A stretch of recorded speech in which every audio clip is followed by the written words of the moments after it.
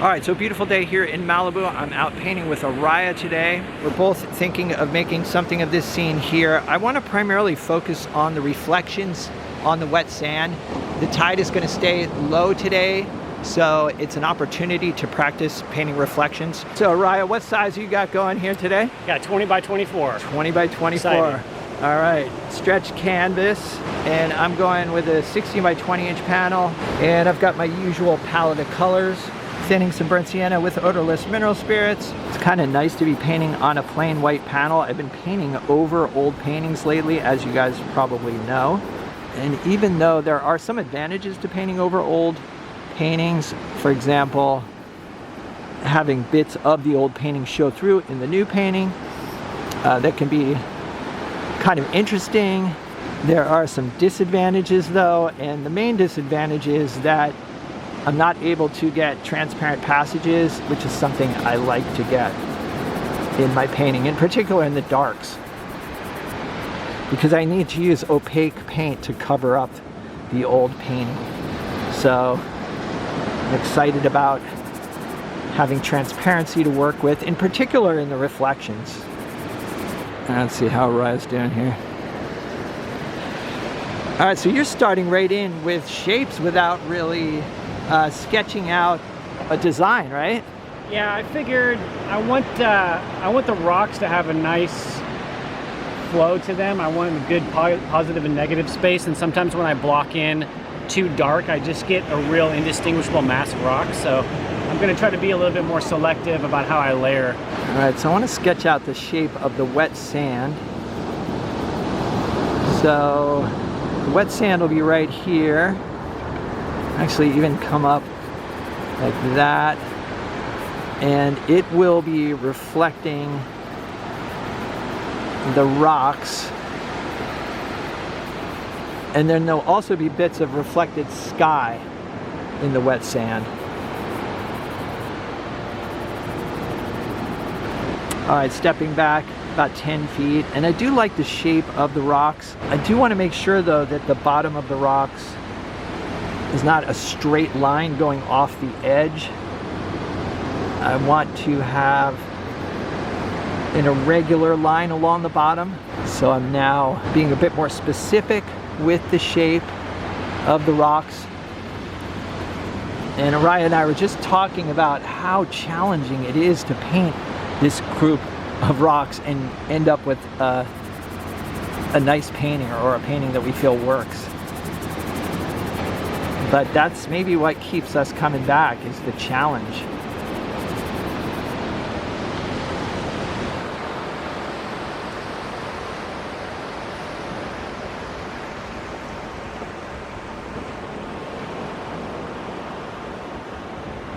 All right, adding some ultramarine blue to my burnt sienna, which makes a dark brown color. I'm going to quickly refine the shape of these rocks. I'm going to leave bits of the burnt sienna scrub in the final painting. I'm also going to create a little bit of separation in the individual rocks. No detail, but just, as I mentioned, defining the shapes a little bit, or refining them, and keeping the paint thin so I can make easy changes if necessary. I may raise the horizon a little bit. We'll see. All right, so I like the bottom of the rocks. There's some irregularity there. And there are a few little rocks out here that I'm going to add as well, and then a few over here. All right, I'm happy with the placement of these rocks and the shapes, so I'm going to quickly scrub in a dark value here, keeping it transparent. It is important to have a good composition. If the composition is not good, then it doesn't matter how good the reflections are, the painting will not work. And these rocks are the most obvious part of the composition, so it's important to take the time to get them to a place where I'm happy with them, or I'm excited about what I'm seeing. All right, I've mixed up a warm gray-green, and I'm holding up my brush to compare the color to the color of the reflections, and it looks pretty close. I'm adding a bit more yellow. I'm squinting at the scene to simplify the shapes, and I'm working quickly here. Try not to overthink it. I am paying attention to what's being reflected. So in other words, I want the shapes down here to line up with the shapes up top. When I sketch in my reflection shapes using vertical transparent strokes, I already get a feeling of reflection. Anyway, Ariah just squawked. Let's go see what's going on over there. What happened? I was trying to like bring my brush up and I hit the yellow paint. I didn't mean for there to be any yellow paint right there. It could work. It works, you never know. Stepping back about 10 feet, it is so important to keep an eye on the abstract design. And so I'm walking back 10 feet or so every few minutes. And I do like these shapes. For the sky reflections, I'm starting out with a mixture of cobalt blue, which Ariah just gave me a bit of, and some alizarin crimson and titanium white.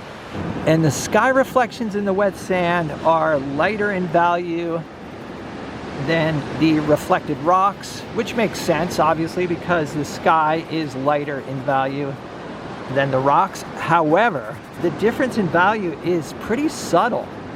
So you can see here, the reflected rocks and the reflected sky, not much of a value shift there. Whereas the sky and the rocks, huge value shift there. It seems to me that when you're painting reflected objects, the value of those objects approaches a mid-tone. See, I'm testing this out on you to make sure it makes sense. So in other words, dark objects appear lighter in the reflected, in the reflection, and lighter objects appear darker. That's exactly right. Yeah, so for example, the dark rocks approach more of a mid-tone in their value, and then the sky actually is darker and it approaches the mid-tone as well. And this is sort of a purple color I'm starting with here, but I will be putting some cerulean bits over this. But this is, again, a good starting point. And I'm trying to keep these strokes transparent as well. Adding some sky reflections to the edge of the reflected rocks, keeping the edges soft. All right, so I'm going to mix up a color for the water, paying attention to the values here. The value of the water in the wet sand is lighter in the foreground, and it gets darker as it heads toward the horizon.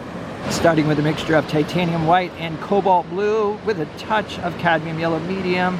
And so far it seems to me that the cobalt is more of a primary blue than ultramarine. Ultramarine leans more towards purple. And I have heard that before, that cobalt is actually close to a true primary blue. I don't really use it because it's kind of expensive, and I feel like I can get the blues that I want using ultramarine and phthalo, which are both fairly inexpensive. But it is a nice color, there's no question.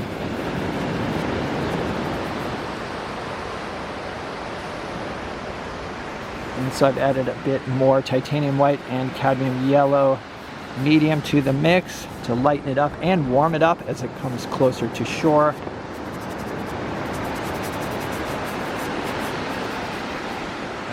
Leaving some areas unpainted for the whitewater pattern.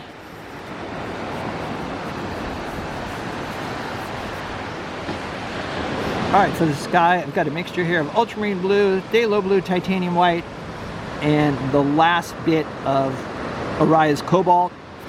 Using a number 6 natural bristle flat. Try to cover this area as quickly as possible.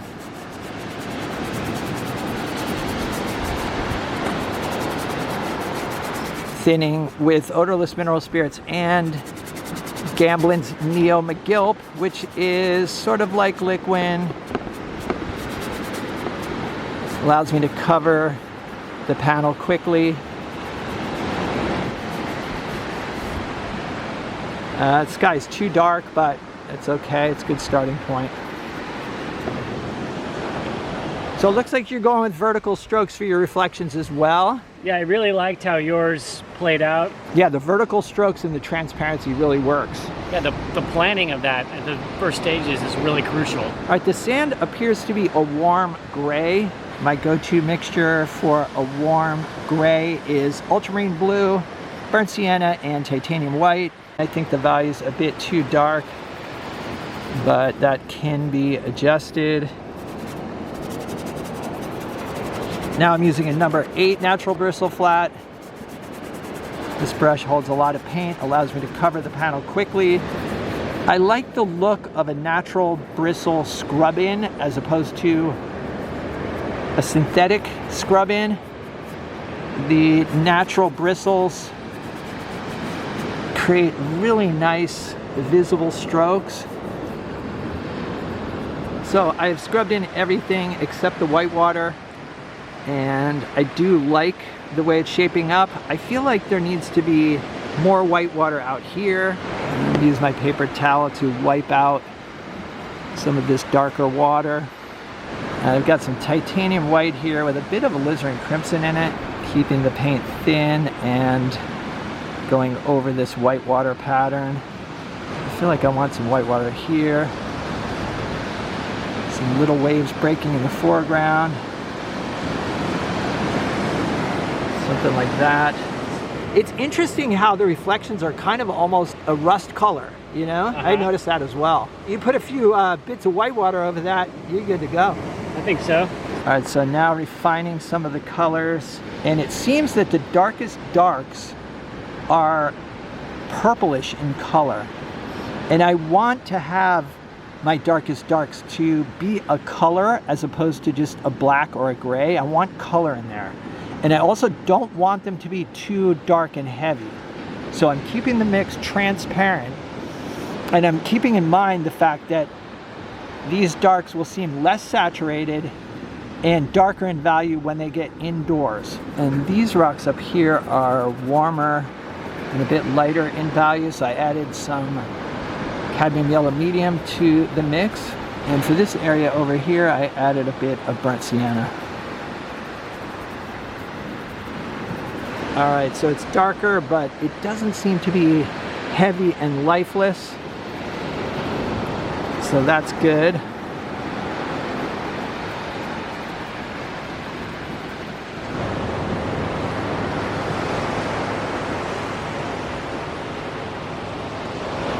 Now I'm using a number 4 synthetic flat to apply some of the lighter portions of the rocks.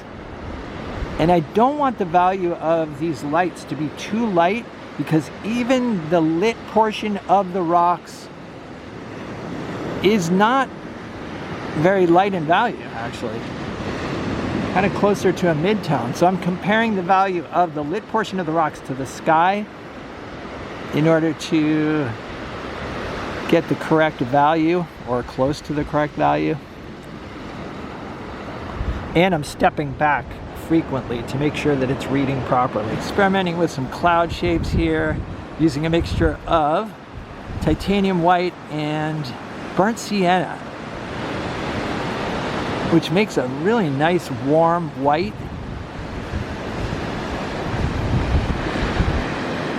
I might have these clouds on the horizon a bit brighter, just to draw the eye in this direction.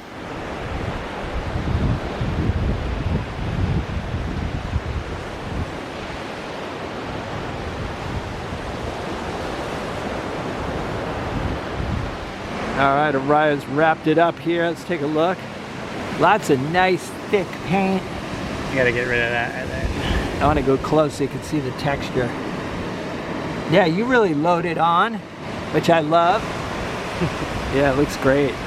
All right, so here's what I finished up with. This painting took about 2 hours to complete. It was finished on site. After the initial scrub in, where I kept everything pretty loose and transparent, I proceeded with caution.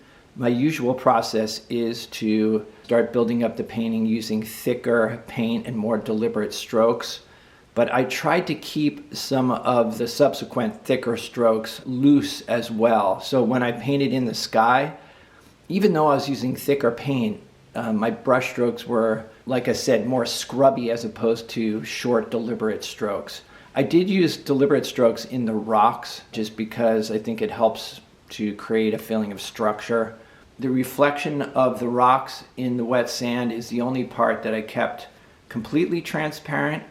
I know from experience in the past, whenever I make the reflection opaque, it sort of loses its reflective quality. So the idea is to have some transparent vertical strokes of the reflected object and then to have some sky reflections on top of that. Maybe even a bit of white water or a ripple crossing the reflection. All right, so I hope you guys enjoyed this video. Let me know what you think in the comments. If you'd like to see some extra videos and help support the channel, there's a Patreon link down below. It's a Patreon support that helps keep me making these videos, and it's much appreciated. I've also put a PayPal tip jar down below, and I will put a link to Ariah's Instagram as well, so check it out. Other than that, stay creative. I'll see you guys in the next video.